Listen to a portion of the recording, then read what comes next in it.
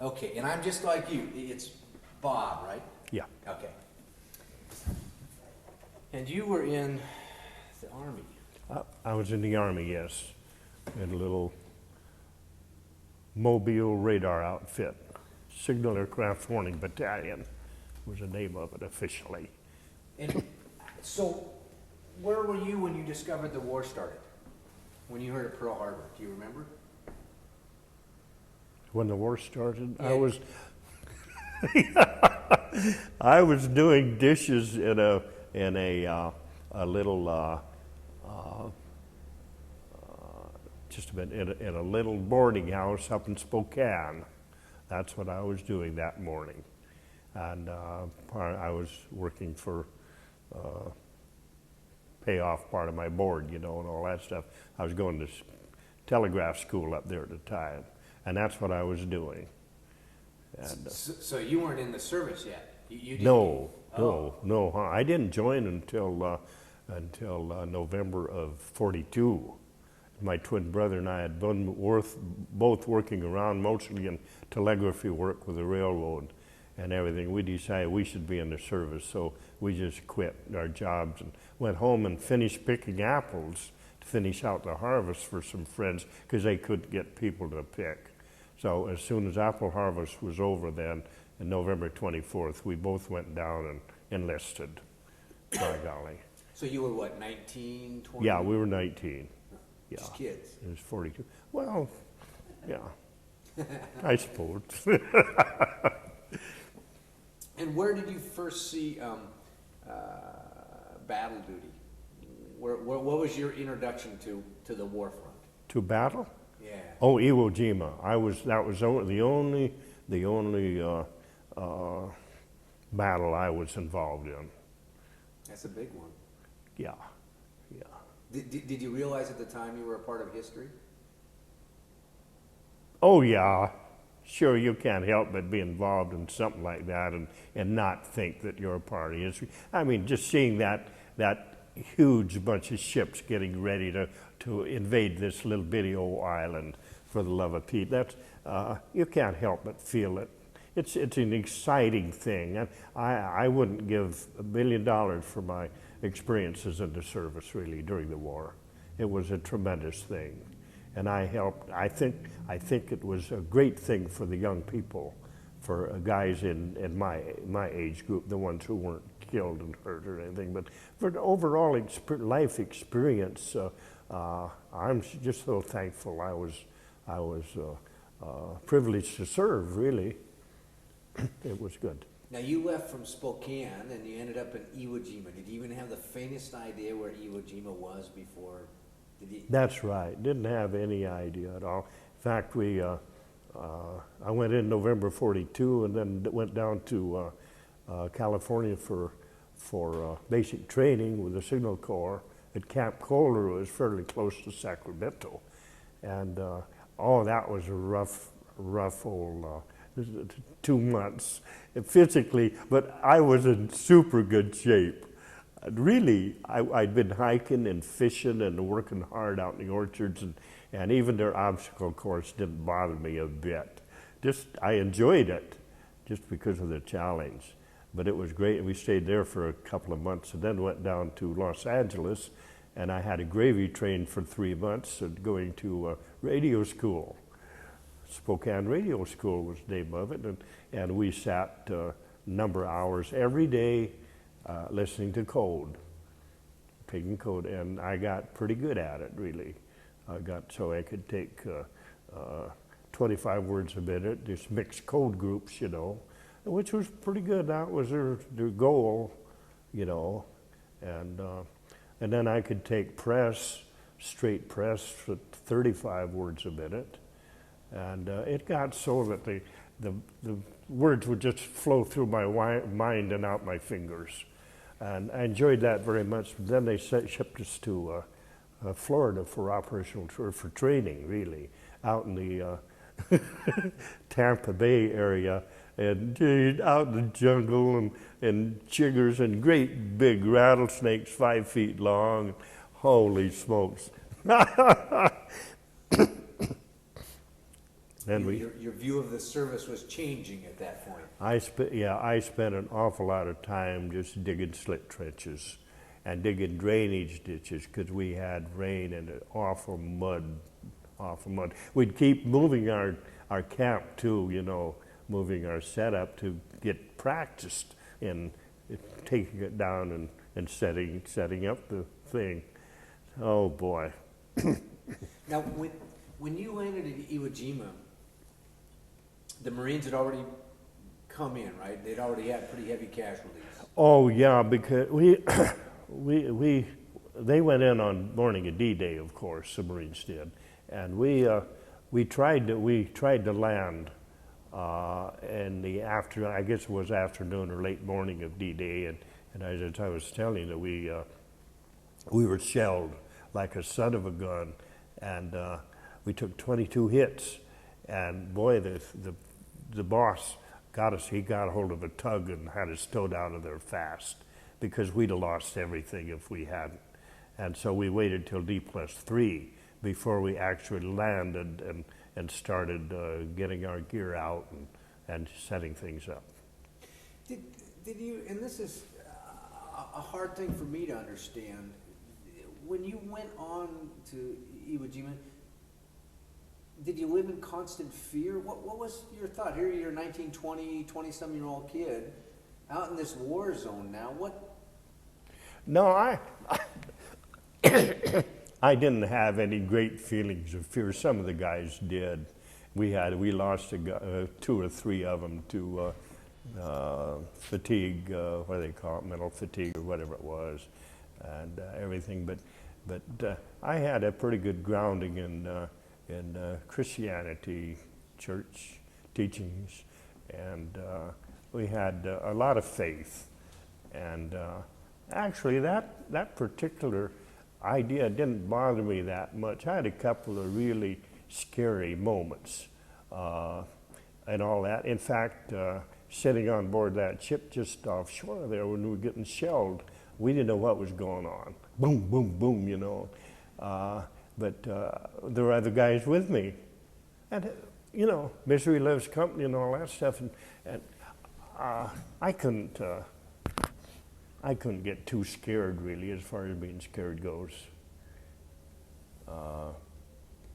It wasn't a matter of bravery. It was just a matter of accepting the situation and going along with everybody else. Because everybody else, I think, felt the same way. I was in that compartment on the ship there with the 6 great big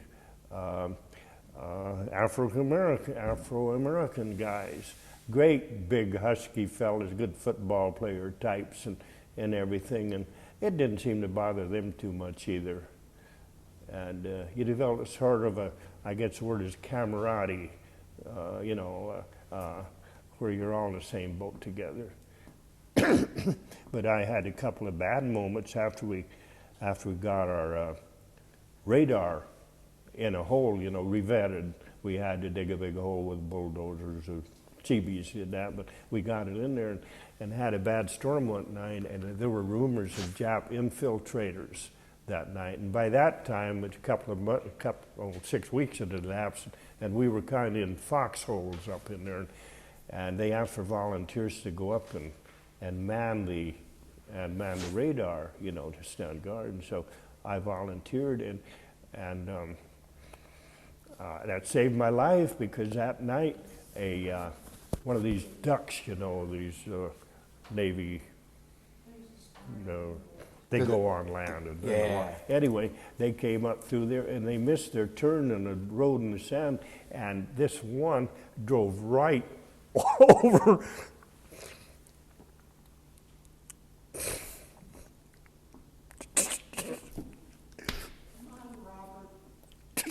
It's okay. No worry. No. Drove right over my foxhole, and he straddled the guy, my foxhole mate, who was right beside me, and the treads went right over where I'd have been. I still dream about that. But anyway, I wasn't there.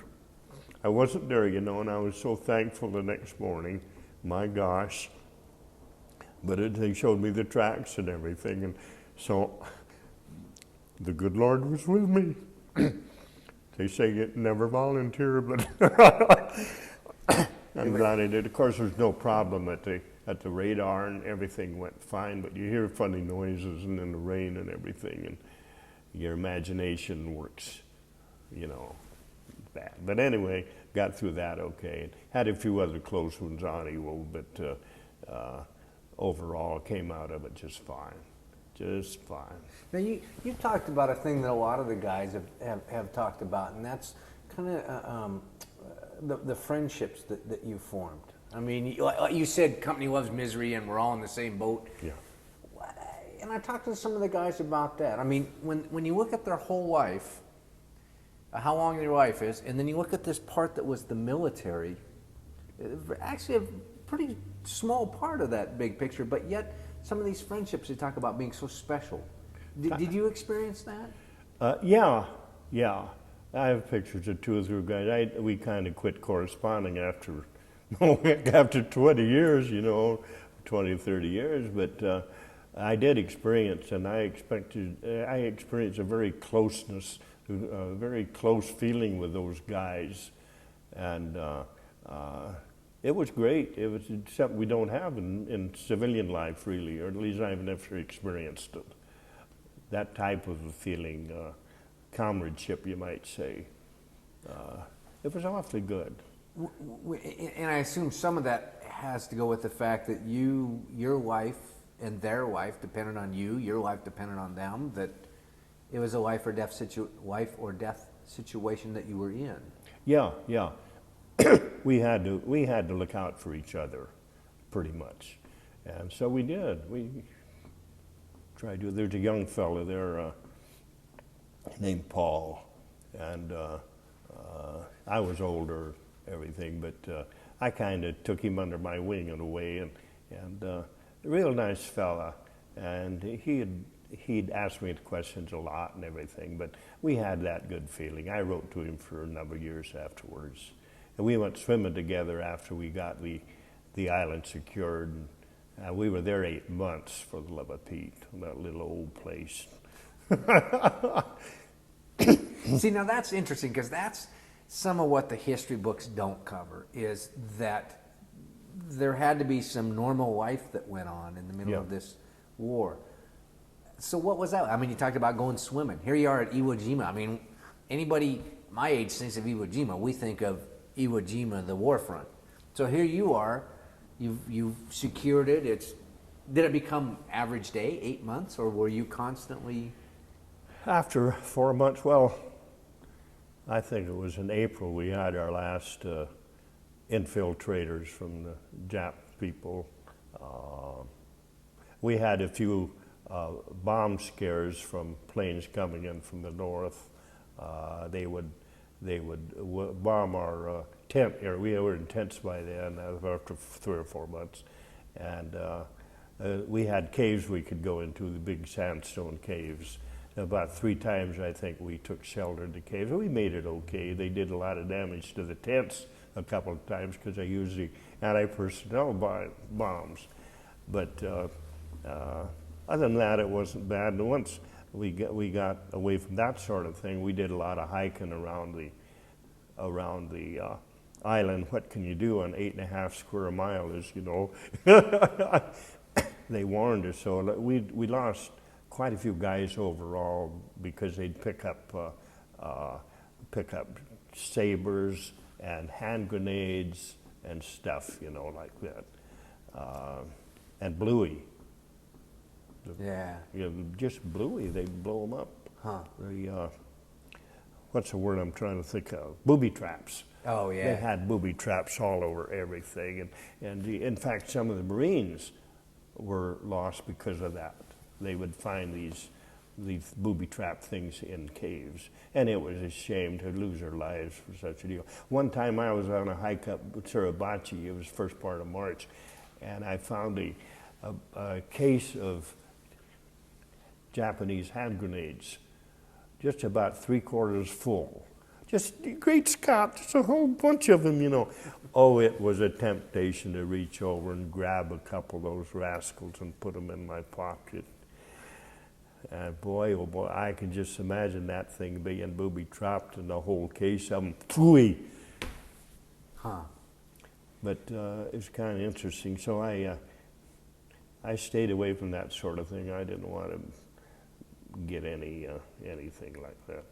We lost our signal officer, young lieutenant. He was out moving we had trip flares out around our area, you know, and he was out doing something with them, and one of them went off, and it didn't kill him, but boy, it sure did. It did him a lot of damage. Huh. Just a plain old flare. Well, what did you guys do to pass the time? I mean, did it become? I mean, once you stabilized, you know, once in a while you had a bombing raid come or something. But did it become average? Was it a job then, all of a sudden?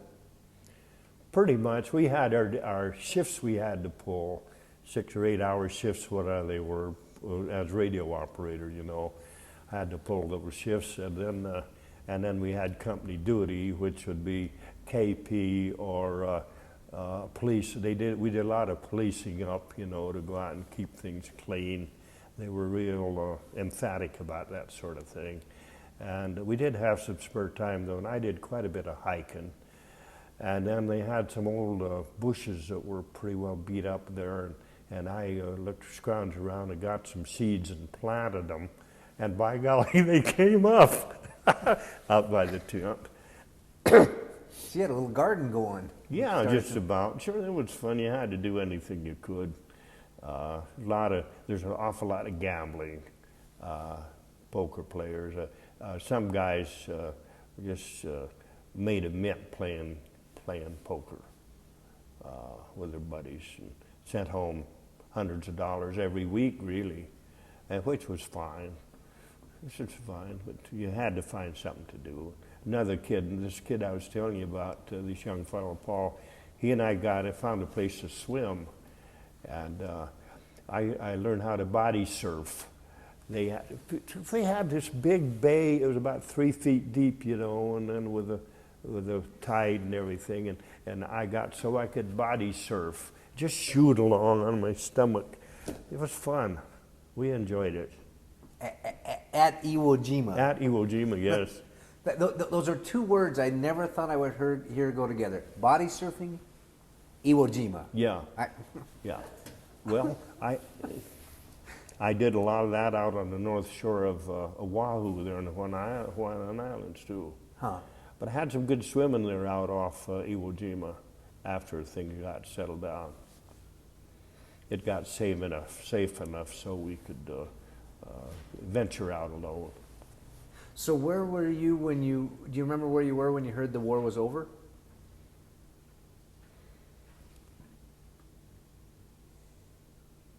Let's see now.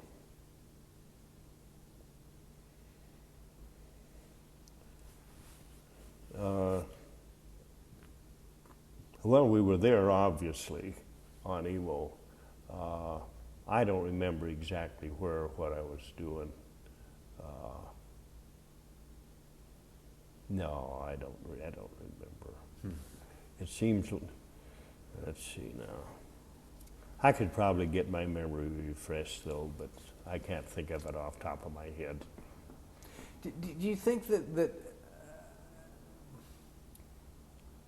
do you think that there's a message from World War II, or what would you want the message from World War II to be for future generations?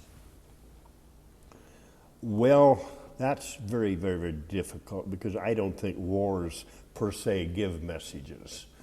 They all just say, hey, this is too terrible a thing, no more. There should never be another war. But that would be the message to take out of World War II. But look what's happened in the 50 years since then. That message falls on deaf ears. And I don't think it'll ever fall on ripe, receptive ears. I hate to say it, but that's the way mankind is. I don't like to be pessimistic about it, but I don't think we spend $200-300 billion a year on the military because there's never going to be another war. You know, you get my point, because I'm not alone in taking that pessimistic feeling that governments do all over the world. They're preparing for it. And it bothers me, but I don't know what we can do about it. When you were in the war, did you feel you were fighting a people or a country, or what was your concept of enemy? I would say a country, really, Japan. Yeah. Fighting the country which had attacked us, you know, tried to wipe us out and all that stuff.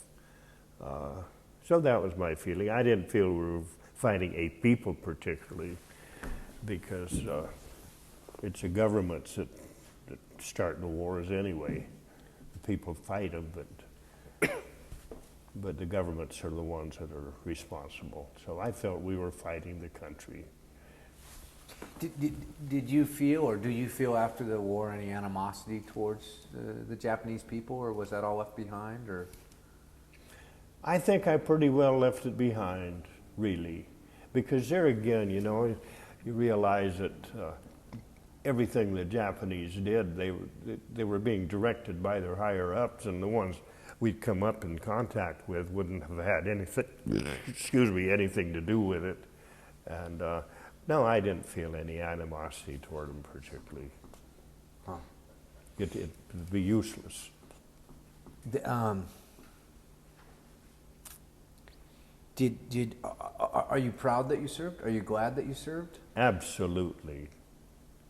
Yes. I thought it was a thing to do. My twin brother and I just talked it over, and we decided that, hey, it's a right and proper thing to do. Let's get at it, you know, and join up. So we did. We enlisted, and of course, I'm sure we'd have been subject to the draft later on, but that got rid of that problem. So you thought it was the right thing to do out of patriotism, or, I mean, you were going to go fight for our country? Was that? Yeah, I think so. Patriotism. I wouldn't want to make a big deal out of that thinking. Of course, I suppose there'd be the element of doing it just because everybody else was doing it, you know, and also so that people wouldn't look down their noses at you thinking, why aren't you in the service? I suppose that's an element that is involved in young people's decisions on something like that, but I don't know. We felt that from a patriotic standpoint, it was the right thing to do, enlist, do the job. Because it was men in our age group, that was our job at the time, really. That should have been a basic commitment, really. What do you think the history books have left out of World War II? Do you think that stuff has been left out, or? Left out, the history books. Well, I expect that the history books, as they are rewritten, will be changing, really, and reporting it differently. I do think that they have left out pretty much the basic causes, what led up to World War II. And what I mean, what happened back in the 30s and our relationships with Germany, and our failure to do anything when the Low Countries were invaded, and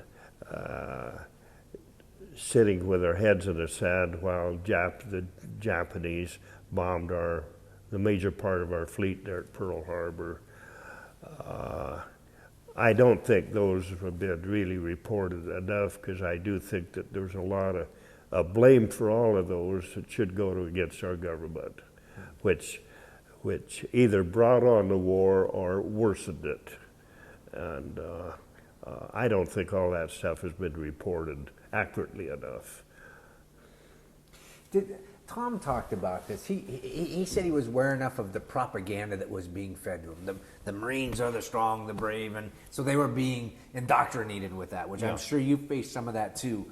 What did you think about about that, the indoctrination into? We didn't get all that hardball indoctrination that the Marines got. Tell you what, those guys, we heard about a lot of it, of course, and my hearts went out to them. The poor fellas, they were just it was terrible, you know. We saw trucks, I saw truckloads of dead bodies coming back from up there in the boonies there on Suribachi and around there, and just a big old truck with the back end full of bodies, and it was disheartening.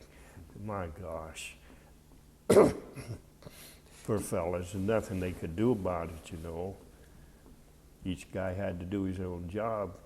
I was lucky I didn't, we were fired on by snipers a few times, and we received quite a bit of our small artillery fire at times, but they all succeeded in missing us, and so I felt that we came out of that in real good shape.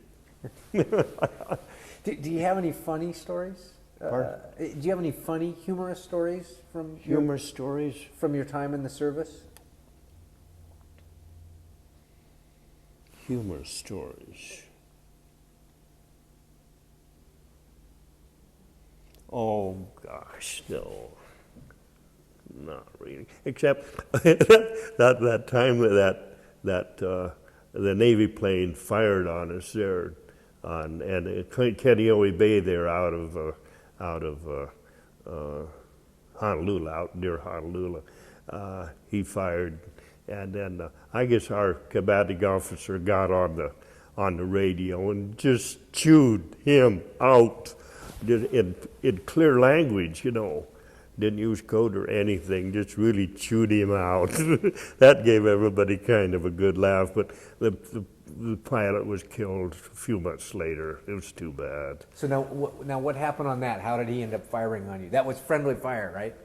One of our own guys? Yeah, I thought, maybe I told you. I was writing on my tape. Okay, we were having operational training with our radar and radio stuff on board ship on this LSD, and cruising around Kaneohe Bay, which is a beautiful bay there in the Hawaiian Islands, in Oahu, and all of a sudden this plane, Navy fighter, came down and ostensibly taking pictures of us, but he pressed the wrong button. I was standing at the door of our radar right up on the steps, our radio shack and radio van, and I saw these lights flash up, and I knew what was happening, just bright, instantaneous, you know, and he had fired 21 or 22 50 caliber slugs down into us, and there was a stack of 20,000 sandbags right 6 or 8 feet from a radio van from me, and by golly, that started them on fire, you know. Boy, oh boy. But anyway, our commander got on the radio right now. That poor guy. That's one of those ones I don't think I would bring it in for a landing. I would just keep on going. Yep, you betcha, just keep on. He could have killed a bunch of us, you know, and luckily nobody was killed. So he thought he was taking pictures and grabbed the wrong... Evidently that's what happened, pressed the wrong button, whatever. That was humorous for the moment, and of course the fact that nobody was hurt. I was going to say, that makes it funny. Had people been hurt, it would have... Yeah, that's right. Difference between comedy and... But you've got to look for humor wherever you can find it. I had some good times in Honolulu there, in the year that we were there, operational training. I did a lot of swimming at the pool at Fort Shafter to learn how to dive, and I did a lot of swimming underwater and all that, and then did a lot of walking around and ogled the pretty girls down at the university, of course. And I started giving blood there when they had a good Honolulu blood bank, and I started giving blood there, so, with the Red Cross. Yes. Did you guys play any practical jokes? No, I don't think so. No, I don't remember any practical jokes. We did have fun, though. I can imagine. Friends and I did. Even in the fear of war and everything like that, there still is a... Yeah, but it was pretty nice. We did our jobs and did a lot of hiking there on the island above Honolulu. And then when we were out on the North Shore at Kahuka Air Base, that's Kahuka, kind of a funny thing, but we put our tents up. They had these landing mats, steel landing mats that were made out of just steel mats with round holes at the bottom, and they would use them for fighters to come in and land on, but they had discontinued use out there, so we set up our tents out there and made that our operational base for 6 months. And we had a lot of fun there. In fact, there were pheasants out there in the cane field, these big old cock pheasants, which was nice. But we did a lot of hiking and all that stuff. It was good duty. I was going to say, you got a little bit of a vacation in a very tough zone. Yeah, it was. There's a lot of good in it.